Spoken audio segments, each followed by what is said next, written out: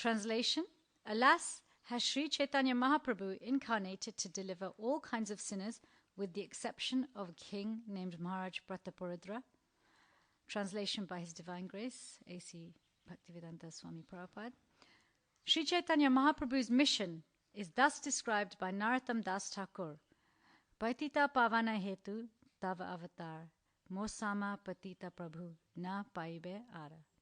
If Sri Chaitanya Mahaprabhu descended to reclaim sinners, then one who is the most sinful and low-born is the first candidate for the Lord's consideration.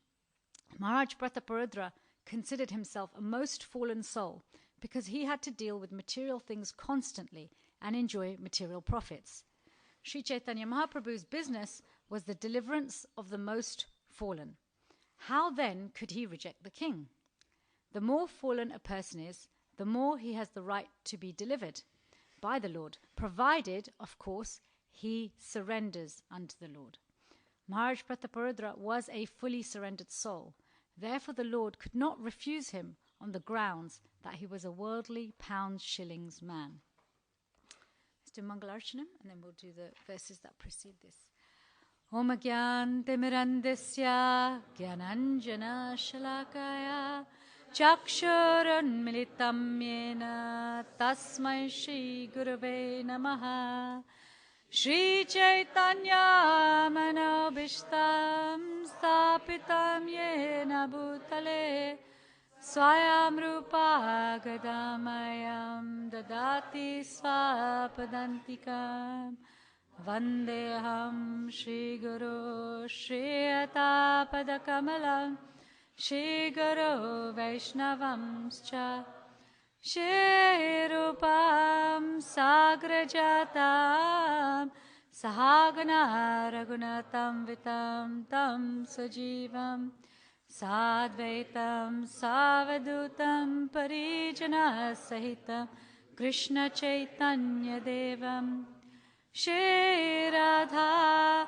Krishna Padhan Sahagana Lalita Shri Vishakam Vitamscha He Krishna Karuna Sindhu Dina Bandhu Jagatpate Gopesha Gopika Kanta Radha Kanta Namostate Tapta Kanchana Gaurangi Radhe Vrindavaneshwari Vrishabhanu Sute Devi Pranamame Hari Priye Vancha Kalpatarubhyascha Kripa Sindhu Bevacha Patitanam Pavanebhyo Vaishnavebhyo Namo Namaha Shri Krishna Chaitanya Prabhu Nityananda Shri Advaita Gadadhar Shrivasadi Gaura Bhaktavrinda Hare Krishna Krishna Krishna Hare Hare Hare Rama Rama Rama Hare Hare. So let's scroll back to verse 38 and let's read the translations from there to 46. Sri Ramananda Rai continued, "What shall I do? My mind has brought me here. I could not consider going first to Lord Jagannath's temple." Sri Chaitanya Mahaprabhu advised, "Immediately go to Lord Jagannath's temple to see the Lord, then go home and meet your family members." Having received Sri Chaitanya Mahaprabhu's permission, Ramananda Rai hastily went to the temple of Lord Jagannath. Who can understand the devotional service of Ramananda Rai? When King Prataparudra returned to Jagannath Puri, he called for Sarvabhauma Bhattacharya. When the Bhattacharya went to see the king offered him respects and made the following inquiries. The king asked, "Have you submitted my petition to the Lord?" Sarvabhauma replied, "Yes, with much endeavor I have tried my best." Yet, despite my great endeavor, the Lord would not agree to see a king. Indeed, he said that if he were asked again, he would quit Jagannath Puri and go elsewhere. Hearing this, the king became very unhappy and greatly lamenting, began to speak as follows. The king said, Sri Chaitanya Mahaprabhu has descended just to deliver all kinds of sinful, low-born persons. Consequently, he has delivered sinners like Jagai and Madhai. Alas, has Sri Chaitanya Mahaprabhu incarnated to deliver all kinds of sinners with the exception of a king named Maharaj Prataparudra? I'm going to repeat the purport just because it's so short. Sri Chaitanya Mahaprabhu's mission is thus described by Narottam Das Thakur. Patita pavana hetu tava avatar. Mosama patita prabhu na paibe ar. If Sri Chaitanya Mahaprabhu descended to reclaim sinners, then one who is the most sinful and low-born is the first candidate for the Lord's consideration. Maharaj Prataparudra considered himself a most fallen soul because he had to deal with material things constantly and enjoy material profits. Sri Chaitanya Mahaprabhu's business was the deliverance of the most fallen. How then could he reject the king? The more fallen a person is, the more he has the right to be delivered by the Lord, provided, of course, he surrenders unto the Lord. Maharaj Prataparudra was a fully surrendered soul. Therefore, the Lord could not refuse him on the grounds that he was a worldly pound-shilling man.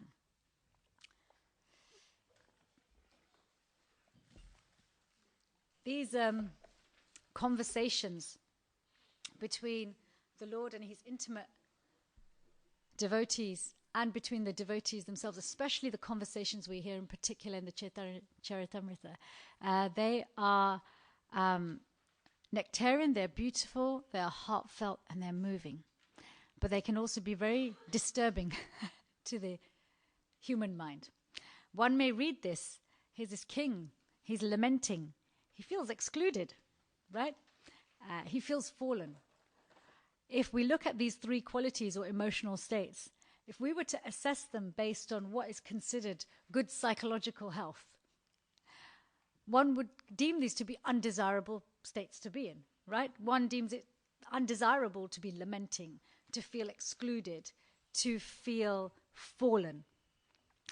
And whereas Maharaj Prataparudra is kind of celebrating this undeserved deservedness, right? This is Lord Chaitanya's come to rescue and to deliver and to embrace those who are most fallen, that your disqualification is your qualification. You are so much in need of my association, I'm just going to give it to you freely. However, when you hear these words, if we just see them through the lens of human nature, they seem like almost like the mindset of somebody who has low self-esteem, somebody who's suffering, somebody who's struggling, somebody who doesn't have self-love, somebody who doesn't have self-respect. Right? We look at digital media, social media, books that are coming out, the writings, of popular authors. They're very much rooted in strengthening our sense of identity. Excuse me. And we look at Maharaj Prataparudra, for a king who is of his stature, for him to have this thinking seems even more undesirable. What do you have to feel fallen about? What do you have to feel excluded for? What do you have to lament? You have everything.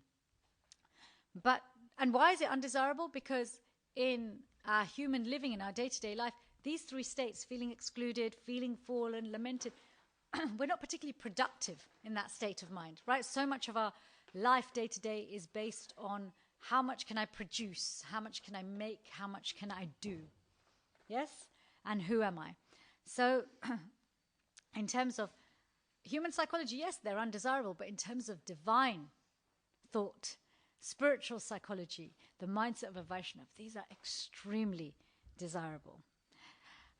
When we look at what is deemed to be healthy human psychology, it can seem very much in conflict with devotional thinking, devotional dialogue, devotional internal dialogue. And, there's a good reason for that, because they're actually designed for different things. Human psychology is actually designed very perfectly by material nature, by the Lord, in order to protect the transient I, the false I. It's designed for that. Our mind is designed in such a way, when we separate from Krishna, when we say, okay, I want to turn away from who I actually am, I want to turn away from who I'm eternally connected to, and I'm going to turn away from that relationship and forget it. What we're basically saying is, I need to adopt an identity which is able to live in that kind of mindset. So the human psychology are, regardless of Varna and ashram, when we're engaging with our whatever personality type mindset we have in this world, it is designed, the mind is designed, that thinking and behavior is designed to protect the transient I as much as possible. And because the transient I is constantly under threat. Why is it constantly under threat? Because everything's always changing. So our who am I in this world also then has to keep changing, right? Because who am I in any situation, even our transcendental psychology, even in our transcendental identity, our identity is always in relationship to something or someone, isn't it? Right? We are someone's relative. We are someone's friend. We are someone's, we have a function in a particular workplace or within the household, right? Or in a group setting or in a volunteering club or in a social club. We have some purpose, right? Our identity is formed based on our form, on the way we behave, the way we think. But it's always having to change. The minute we think, oh, I'm my authentic self, we can no longer be that authentic self because the circumstances have changed. And because the circumstances have changed, that authentic self, which was so authentic last year, now feels inauthentic, right? So with this human, our human sense of I is always under threat. So that mind, that human mind, is designed in such a way, in such a robust way, that, okay, I'm here to protect your transient I. So whenever your transient I is under threat, I will do whatever I can to navigate things so we can quickly find a way to feel comfortable. Okay? So because of this feeling of constantly being under threat, this constant change under the influence of the conditioned mind is, accompanied by these 6, what we call enemies. They're friends to the conditioned mind, but they're enemies to the divine psychology. Fear, envy, anger, lust, madness, and illusion. Okay, these 6, group of friends. They hang out. They're there as allies to help the human psychology protect the transient ego. And what happens when your transient sense of self is constantly under threat? What does the human psychology do? It starts to divide, doesn't it? It starts to divide. We create so many divisions. Why do we make so many divisions? They're like a barrier, right? We put boundaries up, okay? We put boundaries up. We create spaces. We create divisions in society. We create political divisions, gender divisions, race divisions, varna divisions, ashram divisions. They can also become caught up in the false ego and not be, transcended. Some people find it very difficult to dovetail those things. We make divisions in our own families, and we even make divisions in our own self. Okay, we make divisions, we make little compartments in our own mind to make life digestible, right? We also make divisions within ourselves, and we will hide and repress things that we don't want to see. So this human psychology is set up very much in a way to protect the false ego. But we look at the opposite, our real ego, our real psychology. The psychology of what Prabhupada actually, Sukadeva Goswami refers to in the 2nd canto as the super self. Okay, he talks about the super self, the Atma, that this super self, and Prabhupada refers to that the super self has a supra consciousness and a supra mind. So super self is a supra mind with a supra consciousness. Okay, so above and beyond and different to human psychology. This spiritual psychology also is designed to protect, but protect the Shraddha Gokulananda ki jai, Sitaram Lakshman Hanuman ki jai, Gaurnitai ki jai.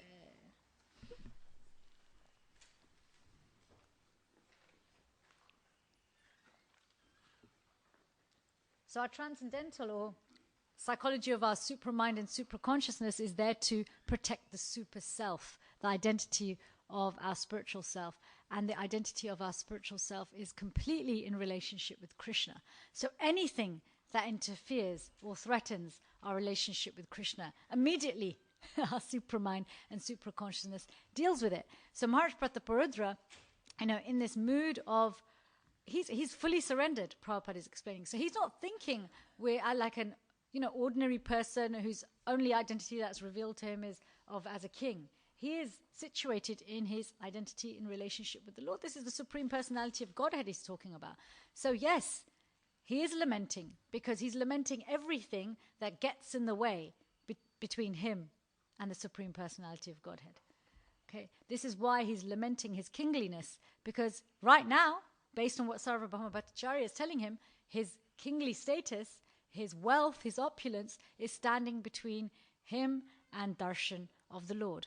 See, our divine way of thinking, our divine way of feeling, our divine way of conducting ourselves, and actually when I say divine, I mean our natural way of conducting ourselves and thinking, is in such opposition to human psychology, okay, that when we really get into the nitty-gritty of being the servant of the servant, of becoming offenseless and becoming unoffendable, it actually requires us to really change our thinking and change the way we see the importance of who we are in this world. Look, I'm all for, especially given that the work that I do, I think a healthy psychology, a healthy sense of self in this world actually makes spiritual life easier. It does. It's far easier to detach from something and someone you have a healthy relationship with, even the transient ego, where it's skewed, where it's kind of avoidant or anxious, what we call in Shastra Bhogatyaga. 1 minute you really want it, next minute you want to renounce it, right? This is anxious avoidant attachment. When we have that relationship with anything or anyone, including our human ego, then it makes it very difficult to detach and form an attachment anywhere else. But when we have a secure attachment, a mature value for everything that Krishna has given us, even those things which are designed to keep us here, when we have a value for those things in the context that if I understand this, I can also unravel myself from it, then it actually becomes easier to experience it and also detach from it and then attach to Krishna. So, but when we look at divine psychology, it's completely different. It's not there to protect this self. In fact, the divine psychology can't wait to dissolve this self and embrace, who am I? Who am I to Krishna? Who am I to Krishna and who is he to me? And I'm willing to do whatever it takes to make myself available to be used in his service, to be used in the service of his associates. And I take pleasure in this. There is a pleasure in that. It is rooted in security. When we are, because our human sense of self is always under threat, it's fragile, right? It's fragile. It's constantly looking to be tethered somewhere. It needs an anchor. Okay, I'm going to secure myself in this identity. Now I'm going to secure myself in this identity or this object or this wealth or this persona or this stage of life. I'm secure here now. Don't move me, Whereas our actual natural sense of self is very fluid, very secure. It's rooted in this unshakable trust that Krishna's all mine and I'm all his. He's always present. He's always looking out for me. And in that security, in that trust, it is very easy to surrender. Right? We surrender not out of fear. We don't surrender out of fear. We actually surrender out of love. It is natural. It is organic. It doesn't require thinking. It just happens. When you are, anybody ever played that trust game? I think most people have. Your friend stands behind you and you're supposed to just let gravity take its course, let go, and fall backwards. And you trust that your friend's going to catch you. It's often a good assessment of your relationship with your friend. Right? Or even of how much you trust your body and the way it's going to fall, that actually will my friend catch me. Right? And this is the thing, our natural self is actually very loved, very secure. Doesn't really feel rejected in the ordinary sense. Even the feeling fallen, these words that Maharaj Prataparudra, he's making contradictory statements in the sense that he's saying he's undeservedly deserving. Actually, I'm exactly the kind of person that Krishna's looking to save. So why? Why is he excluding me? And even Prabhupada at the end of the purport, he says, yeah, so, Lord Chaitanya had no reason to really, not see him or not accept him just because he's a pounds and shillings man. Prabhupada's at the end of his purport actually also agreeing, yes, let's challenge Lord Chaitanya on this. What is going on? And we'll come back to this in a few moments. I want to just discuss a little bit more about this, the way our human mind works. Our mind, really, if we look at it from a holistic and Shastric perspective, the mind is many things, and one of the things the mind is a bridge. It is a bridge between our external and transient identity and our natural sense of who we are, right? We see the natural sense of who we are as illuminating. It illuminates with love, with knowledge, with security. Even before you know who you are, what your service is, who Krishna is, just that sense of security that I am connected. It's illuminating. It gives the mind strength, doesn't it? Don't you feel an empowerment when you just immediately hear that? Oh, just even that verse where Krishna tells Arjuna that, you're amazing. The soul is amazing. You have no beginning, no end. You cannot be burned. You cannot be dried. You cannot be wet. Okay, never was there a time that you did not exist. Never will there be a time when you cease to exist. But when you hear that, think about the first time you read or heard that. How wonderful that feels. There's no one here who is going to write a book telling you you're going to live forever. Okay, most people who are writing books about, okay, we're mortal. Let's try and make a good deal out of this bad bargain that we've got. And yeah, wonderful. Anybody who's helping us to value life, to do something better, we should appreciate them. Okay, but even that, one doesn't even have to wait until one's fully realized to feel the pleasure, the satisfaction, the security that comes from our natural sense of who we are. But you look at the other side of the bridge. Okay, that's outward looking, right? It is, you have these, that's constantly being threatened. So the mind is knotted up. It's like a forest that has all these creepers and trees and plants made up of these 6 enemies. Okay, literally like crossing over each other, intertwined, working together, and it feels clogged up, right? It feels confused. It's either blocked or split into many different directions, right? If you've ever tried just sitting with your mind, you will see the things that come up for you will not, there'll be things there that are not pleasant.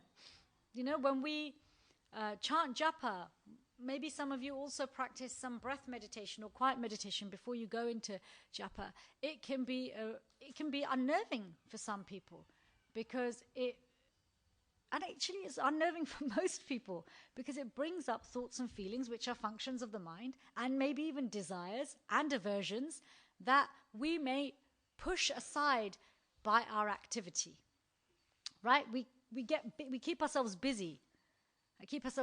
Distracting ourselves often as well in terms of what's going on for ourselves.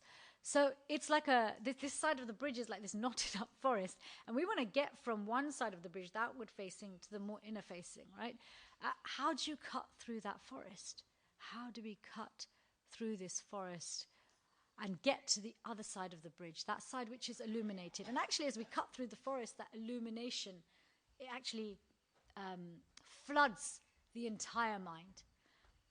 Then the human psychology is also flooded with our natural way of thinking.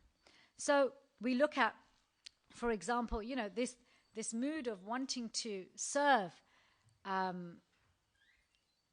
In this mood, we don't need to create divisions. In that mood, the differences unite us, right? In that mood, the variety is to be celebrated. When we are threatened, differences divide us. When we feel threatened, differences look scary, don't they? When we feel threatened, because we feel like that difference is taking something away from me. But when we have our relationship with Krishna, the more and more secure it gets, the more real it gets, the more manifest it becomes, then our psychology of our supramind and our supraconsciousness, it starts to flood the entire mind. So really, our process of Krishna consciousness, a big part of it is transformation of what our mind does. Yes, this material mind is eventually dissolved, so is the entire subtle body.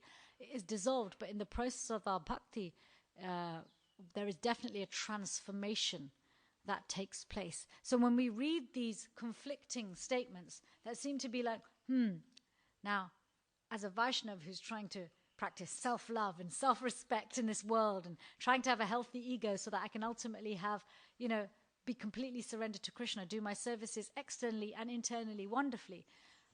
How can I be that if I have to see myself as fallen and lamenting about being fallen and realize that maybe I'm excluded because maybe I'm not fallen enough or maybe I'm too fallen, right? So our mind kind of constantly flits looking for an excuse for this. Look, there's a lot of reasons why Krishna's not interested in you, right? The mind is constantly giving us reason. This is the thing. Maharaj Prataparudra, his lamentation, you can see a distinct difference here between low self-esteem and this divine psychology of feeling undeservedly deserving. It's in his mind, he's undeservedly deserving means that, yes, he recognizes his deficits, but those deficits are deficits in relationship to everything the Lord gives him. In fact, he's so grateful. He knows, my gosh, there is nothing I can ever do to reciprocate.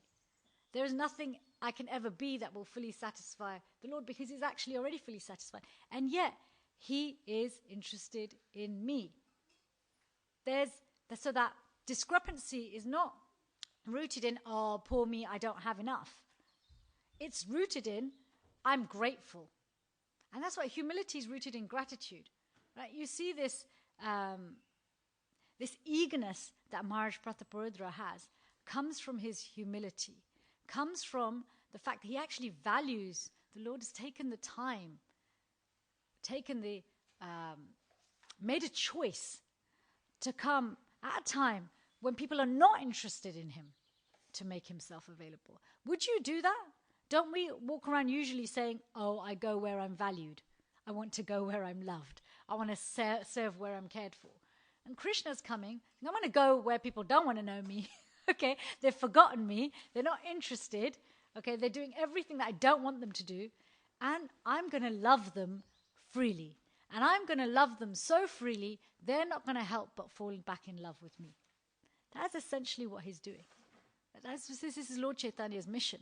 To not kill the Jagai and Madai within us, not kill the demons within us with weapons, but to transform with love.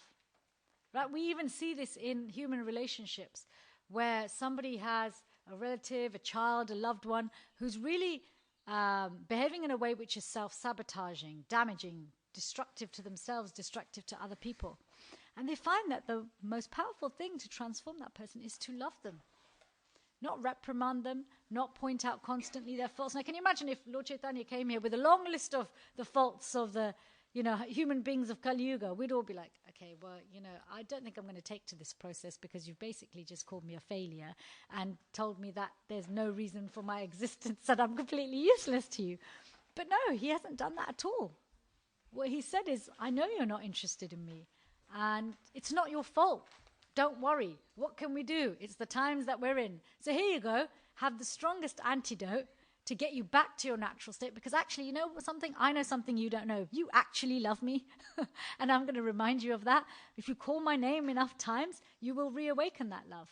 So Maharaj Prataparudra's surrender, his confidence in his lack of qualification being his qualification, is because it's rooted in the gratitude that he experiences from actually being connected to the Lord. It's not rooted in this feeling of, I don't have enough, I'm not good enough, and I'm so not good enough that it's more powerful than the Lord's love for me. Low self-esteem is like that. Low self-esteem tells us that our faults are more powerful than Krishna's love. That's a pretty arrogant place to be. That it's another way of saying I'm God, isn't it? That my faults are more powerful than anything else in this world. There's nothing else that can overpower my faults.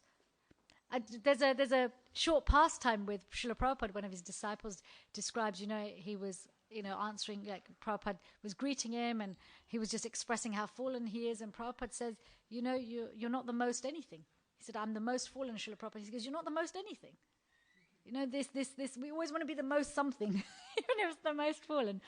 So this again, whereas as Vaishnavas, when we're seeing, okay, how do I integrate the human psychology with the divine psychology?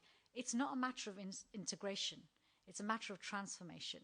And transformation, there's many ways we can see it as beginning and progressing.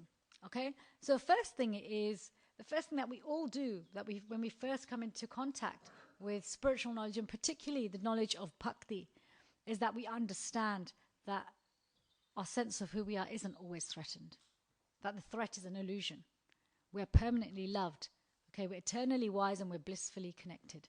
Right? This is the first thing, because immediately, just even with that small piece of factual information, okay, it's not yet a realization, it's factual information. When Krishna first presents it to Arjuna, it's a factual new piece of information that Arjuna is being given.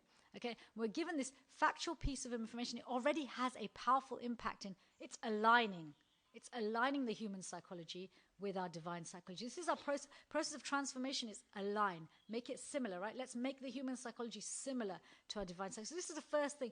This is a very, very first thing. And then what do we start to do? We already are familiar with making our activities in alignment, right?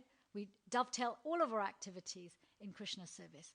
But then we also want to imbibe the mood, the thinking of our natural self, okay? Our natural self. Take, for example, it is natural in our eternal self to constantly feel gratitude. This gratitude is a natural state of the supra-consciousness. Okay? It is not something we learn. It is something we are. It is something we have. Okay? And as spiritual practitioners, we imbibe this. Okay, so that we imbibe this by getting the human psychology to practice it, because it aligns our human psychology with our natural psychology. Okay, remember, our motive is a big part of our Krishna consciousness. Oh, Hare Krishna Prabhu. And a lot of people these days are practicing gratitude because of the dopamine and the serotonin hit. Okay, there's a lot of scientific research going into the biological and psychological value of positive psychology, but spiritual psychology. Okay, those attitudes that are considered valuable to flourishing spiritually. They're normally the conversation topics for those who are monks, priests, spiritual practitioners, meditators. Okay, this the language of forgiveness, becoming unoffendable, becoming offenseless, being humble, being kind, tolerant. These are not usually, and they've become, thankfully, more in the fabric of modern psychology and modern medicine. Because why? The research is showing us that yes, it's really good for your brain to be like that. It translates as a dopamine hit or a serotonin hit, right? It makes you feel good. That is ultimately a material motive, right? On its own. But actually, if we understand actually as on a spiritual path, we want to embrace gratitude, imbibe gratitude, because it aligns then the human psychology with our natural state of self. That's a higher motive, isn't it? It's a like, even if you look at the modes, with the modes, the same things are happening. It's just the motive is different, the purpose is different, right? The mode of ignorance is a different motive. The mode of passion, there's a different motive. With mode of goodness, there's a different motive. And then with transcendental consciousness, there's a different motive still.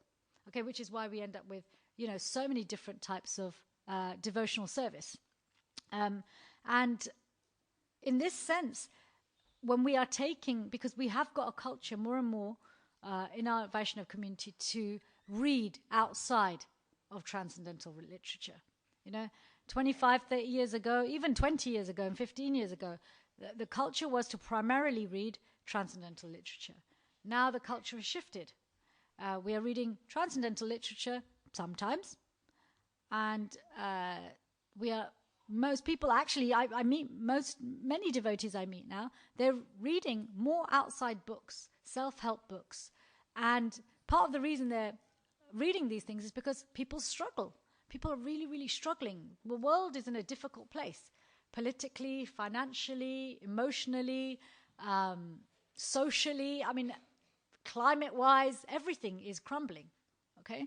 And so people are experiencing this within their micro communities as well as on an expansive level. So people are looking for help with that, direct help, practical help. And I guess my caution with it is the practical help is helpful and can help us in our spiritual journey. It can certainly clear the path. But the thing with association isn't just about understanding what I should do, but why I should do it. And one can very quickly adopt the motives of the author and the motives that are inherent within why the research has happened, who the research is targeted to, what's the ultimate goal of the research, right? You look at Bhagavatam. The entire Bhagavatam is spoken on one premise. Maharaj Parikshit's question, what is the best thing for all people to do at all times, and especially when they're approaching death? And actually, this is the first question that has to be answered, because in answering this question, one then naturally comes to questions of, well, then who am I? Who is Krishna? And who am I to Krishna, and who is he to me? Because the entire Srimad Bhagavatam is there to ascertain what the best thing to do is for all people at all times and how to do it. Because in a nutshell, his answer to, if you distilled everything out of those 12 cantos, and you look at the one thing that Shukadev Goswami and Sutta Goswami and all the other sages that they are quoting come back to time and time and time again, is surrender to the Supreme Personality of Godhead, Lord Krishna, by chanting his holy name. Why do we keep coming back to the holy name? Because the holy name has the greatest potency to align and transform our human psychology to our natural psychology. You want to cut through a forest, you need a sharp blade. Anybody who does gardening here, you know that there are some weeds and some plants that grow that your little snipping scissors just aren't going to do much. Okay, you need big shears, and then you need something electrical. It's the holy name is the most powerful, categorically, unanimously, because it's within it, or all of Krishna's opulences, including himself, cut through the forest of these 6 enemies of the mind. Whatever your forest is made of, however it's manifested in this lifetime, can transform it very, very quickly. So whatever practices we do, whether they are born of outside literature or transcendental literature, absolutely has to be coupled with chanting. Prabhupada even says that our service, if we're not chanting, our service is simply work. Our service is simply work. And there's this beautiful verse in the Madhya Lila where Haridas Thakur is giving his instructions in the 3rd chapter. And he talks about the power of the holy name. He describes it like the sunrise. The sunrise dissipates darkness even before you see the sun shine, or even the sun. If anybody's ever seen a sunrise, hopefully everybody here has, you'll see that actually as dawn emerges, the sky becomes lighter, but you can't actually see the sun shine, can you? You can't see even the sun globe, but you see that the darkness is going. So please do not underestimate, and I'm telling you this from the profession that I come from. I deal with the mind and serious mental disorders all day, every day, okay? And the various techniques we have, yes, psychological help, talking therapies, hypnotherapy, body work, therapeutic massage, art therapy, drama therapy, medication, all of those things are needed for many people to get their mind to a stable place. That's absolutely fine. But actually to transform the mind to a place where actually our natural self can come through, where we can move from chanting the holy name just in sound only to actually chanting in its pure state, to get to understanding who am I, who is Krishna, and who are we to each other. That really happens with the power of the holy name. Haridas Thakur explains how, freedom from the reactions to sinful life, so bhukti, or reactions to material activities, bhukti and mukti, liberation, They're just side effects. Actually, the primary purpose and function of the holy name is to bestow love of God. But the power of the holy name is so powerful that it is working on us even before we can chant properly. Okay? Even before it's fully emerged in our heart, in our mind, even before we even know how to express and embrace it properly, just like the sun. Just like the sun. It's like the vaccine, the antibiotic, and the nutritional drink all in one. Okay? It's everything. All right? And if somebody sold you that this particular medicine, it will kill off everything you have, it will protect you from anything that attacks you, and it will help you go stronger, we'll all be like queuing up to buy it, right? And we've got that. We've got that in the holy name. I think we all too easily give up on the holy name. People give up on chanting, right? Because we don't understand this simple fact that actually the things that the holy name works on often aren't visible to us. Just like when you take an antibiotic, it is killing off bacteria that are not visible to you. The only thing that is visible to us when we have an infection is our symptom.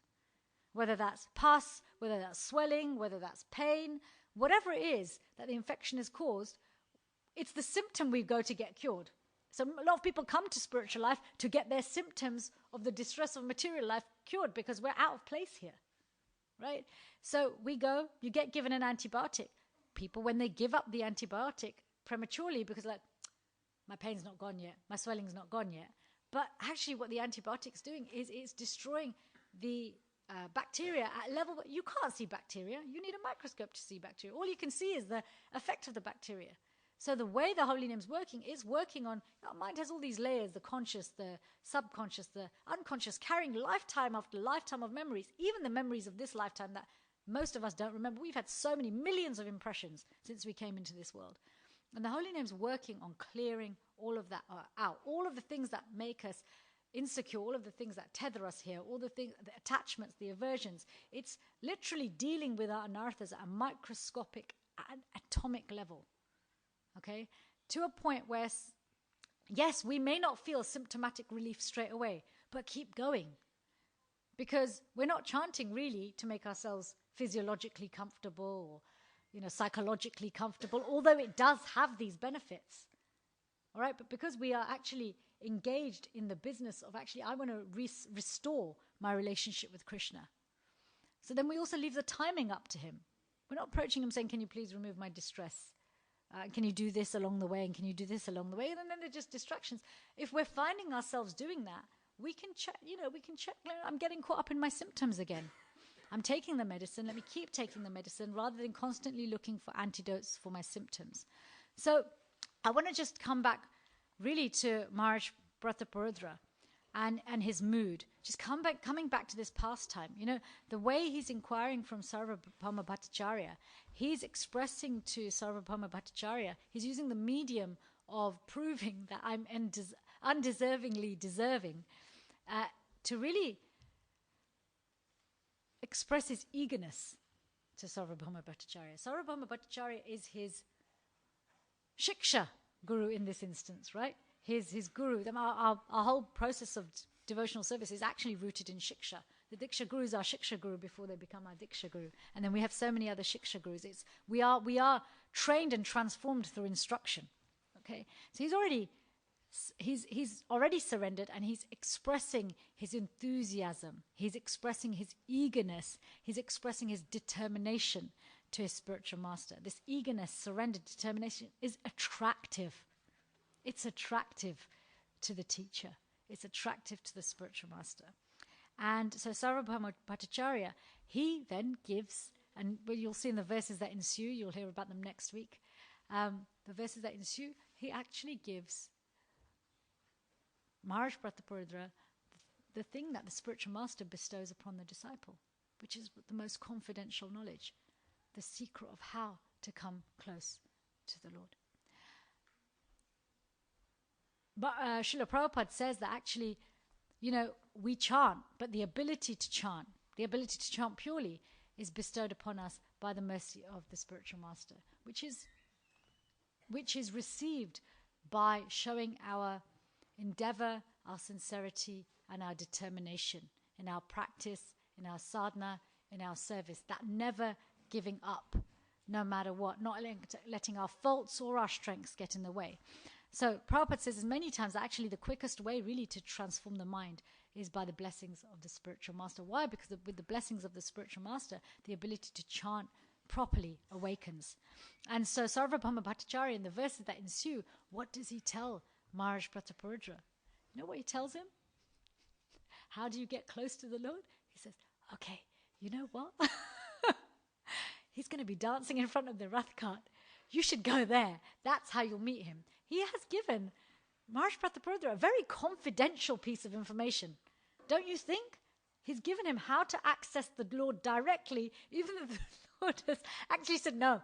In fact, if you propose this again, I'm going to leave Jagannath Puri. It's like, and this is the risk Sarvabhauma Bhattacharya has taken as the Guru. I'm going to risk what he said to me and risk displeasing him to deliver and to help this one particular soul who's so surrendered, who's so eager, who's so determined to come close. I'm so pleased by it that I'm going to take a risk. I'm going to actually give him, some roundabout way to actually connect with the Lord. So this transformation of the heart is a gift from the Guru to the disciple. And it is invited, and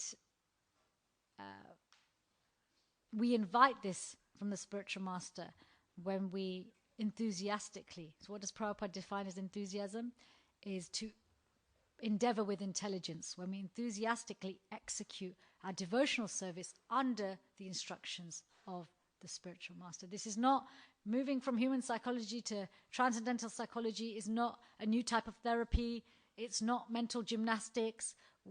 When we talk about fake it till you make it, what we're talking about is going deeper by pretending. It means imbibing and adopting the Vaishnava mentality. And yes, you know what? I'm going to put it out there. When we adopt the Vaishnava mentality in this world, you're going to get hurt. Okay? Because people will exploit it. Because somebody who's not imbibing, and to the degree that somebody is or isn't imbibing that actual natural psychology, that natural mentality of the jiva, if they're not imbibing that, then they are feeling threatened in themselves. So they're not going to believe it if somebody else is imbibing that. And so they will try to exploit it. And yes, we will get hurt, but we're going to get hurt anyway, even if you don't. Okay, this is a world of being cheated and betrayal. This is not me going, I'm a pretty optimistic person. I'm usually thinking everything's amazing. That's so when I'm telling you that you get betrayed and cheated in this world, it's not like boohoo, I've had such a hard life of being so betrayed and cheated. I mean, look, we all have. I think everybody's had their fair share of betrayal and cheated, but it's not coming from that place. It's just a fact. Where you've got a group of people where everybody feels threatened and like their sense of being valued is constantly under risk. They're going to all be clambering to keep themselves secure, even if it means at the expense of others. So when we adopt a Vaishnava mindset, what we are doing is those same risks are going to continue. It's not that it puts us at more risk, okay? But we'll probably learn our lesson quicker, right? And we'll start to realize much more quickly that actually Krishna's always got our back. Guru's always got our back. And this world will always be a place of betrayal and being cheated, but that's okay because we have an antidote. So if we're going to imbibe, as we imbibe different values of our devotional mindset, when you do it wholeheartedly. Whatever we do wholeheartedly, that means really understand that what's the pain that's going to come from this and what's the pleasure that's going to come from this. When I do it wholeheartedly, I'm embracing both of those things. And when we do something wholeheartedly, the purification, the pain that comes from it is easier to tolerate and easier to learn from. Okay, it's easier to learn from. So I'm going to stop there and just leave you with the take-home message of this, that when we read these wonderful mindsets of these exalted souls, especially where they seem contradictory to what might be healthy to be successful in this world, or what might be healthy to not get exploited, I think it's important to remind ourselves that it is exactly as it should be. Our divine psychology is different to our human psychology. And so when we take to spiritual life, we are taking a risk by aligning the two. But in aligning the two, we don't make our life here any worse. What was going to come to us is going to come to us anyway. But what we're doing is we're going to be spiritually growing. This is not to invite foolishness or lack of discrimination. We still need friends. We still need Vaishnavas to help us to navigate. And this is also not to absolve anyone of, oh, that's it, I can just do whatever I want, let anyone have no boundaries, and it's all in Krishna's hands anyway. This is not an exercise in, absolving yourself of any responsibility for your actions either.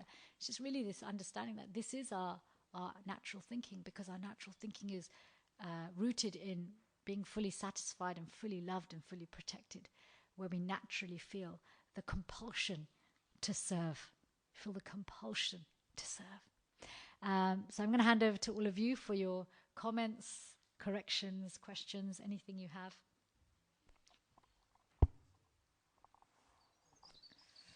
Hare Krishna Prabhu. Should we give you the microphone? I always go back to the Bhagavad Gita. It's my favourite scripture, It's the one I can remember. Not a Bhagavatam and everything. It's too detailed. But also in the Bhagavad Gita, it says here, it's chapter 4. Mm-hmm. And it says here, O chastiser of the enemy, the sacrifice performed in knowledge is better than mere sacrifice of natural possessions. O son of Pritha, all sacrifices of work culminate in transcendental knowledge. So, we can feel reassured that eventually. So, what do? Just try to learn the truth from approaching a spiritual master. Inquire from him submissively and render service unto him. That self-realized souls, that they can impart knowledge to you, for they've seen the truth. And then, 435, finally, having obtained the real knowledge from the realized soul, I'm thinking about Prabhupada, you'll never fall again into illusion. For by this knowledge, you will see that all living beings are but part of the Supreme. Or in other words, they're mine. But this mine is where we belong to Krishna, and he belongs to us. The lovers, when they're together, they surrender to each other in this divine, in unconditional love. He belongs to me and I belong to him. It's very nice. Very nice. Yes. Isn't that wonderful? This is the thing. It's in one sense, even if you look at the world around us, even where there's no interest in that transcendental mood, this one thing of I belong to you and you belong to me is the storyline for every romantic film, isn't it? Right? So somehow or another, what our real heart wants shouts very loudly, even it screams out, even in very ordinary activities. So yes, but truly, I belong to you and you belong to me eternally is really only something we can have with Krishna. Thank you so much for sharing those verses. Along with Prabhupada, don't we? Of course, we're all together.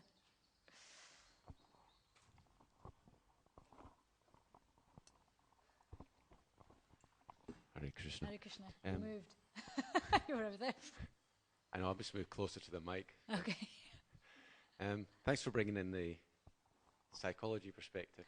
I've got a question about that. I was once Googling dopamine, and I discovered illicit sex, intoxication, gambling, and meetings and all give you this dopamine hit. So everything that you do gives you some dopamine. So I'm just wondering, in terms of Krishna consciousness, when people give up things, they need something to replace them. Yes. Within the Krishna consciousness activities, how do we get our dopamine so we can stay in the process? How do we get our dopamine fix? Right. So there's different types of dopamine fixes. So things like drugs, alcohol, sex, they give you a quick dopamine fix, right? A surge that goes up but then dissipates very quickly. But then they also give you a lot of surges of other things which are unhealthy for you as well, right? Like I meet a lot of my patients, they'll start to take drugs, or they've already been taking drugs or alcohol as a way to self-medicate, right? So they're enjoying the helpful neurochemistry that it releases, but then along with it also, because if you look at alcohol, it's actually it's a depressant. So people who use it consistently actually reduces the hormones in the brain that make you feel good, and it increases the ones that make you feel not so great. Okay, so these activities, whether you look at them through the framework of medicine or whether you look at them through the framework of psychology or even the modes, those activities, there's a down with the up, right? That's mode of passion, that's mode of ignorance. In Krishna consciousness, and just even if you look at mode, so if you look at mode of goodness activities and mode of transcendence, right? Our Krishna consciousness and our sattvic activities, the way you do things, so the food you eat. So we have prasadam, we cook, mode of goodness, we offer it, make it transcendental. Okay, the way we interact, the way we speak to each other, the way we dress. Every activity we do, dopamine's a neurochemical of satisfaction. We get satisfaction when we complete a task. We get a sense of achievement.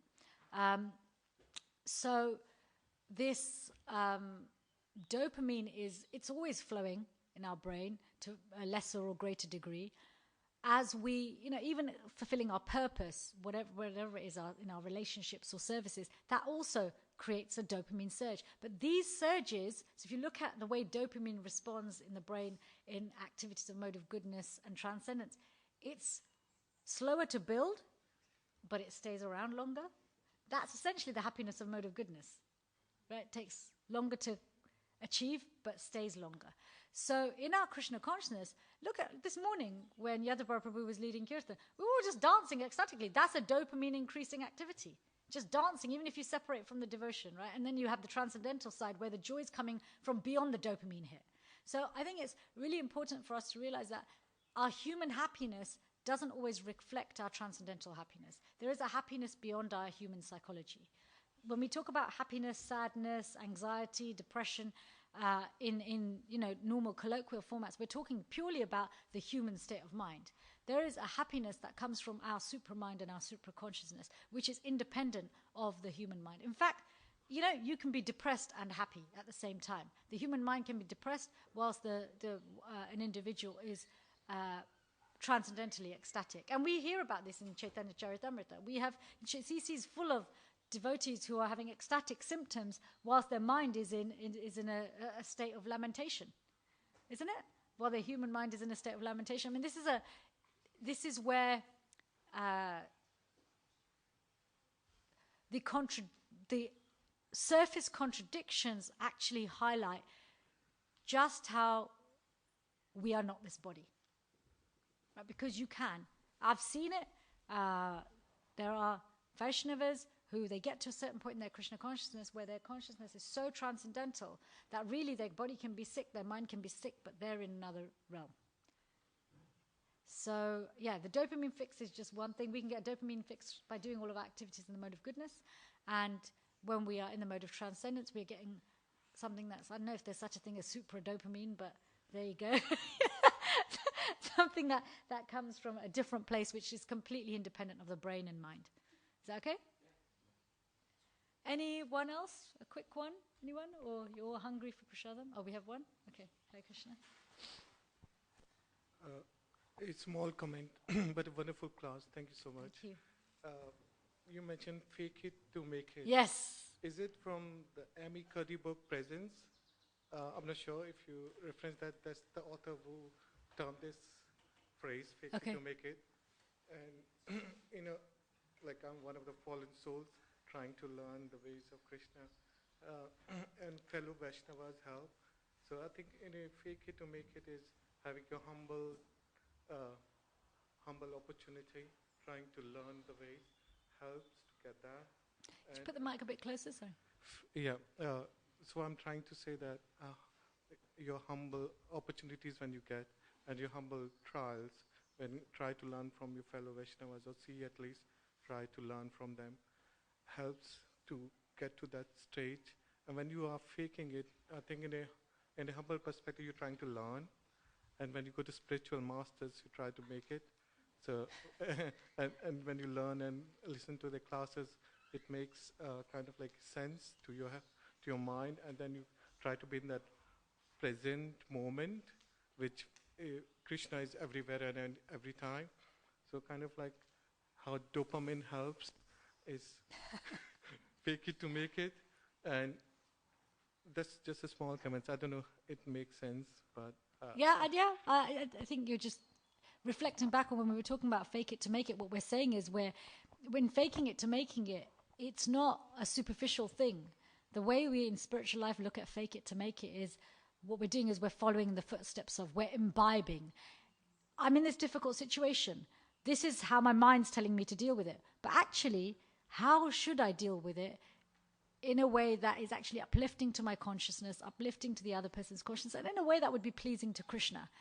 It may not please my false ego right now, but it will please him. And it will align much more with who I actually am. I might not know who I actually am yet. I may not be there, but Krishna's telling me that actually in my real self, I'm like this. So let me be like that in this world also. Then it becomes much, much easier. But yeah, it has to be rooted in sadhana. Thank you very much. Let's stop there and head for breakfast. Hare Krishna, Srila Prabhupada ki jai.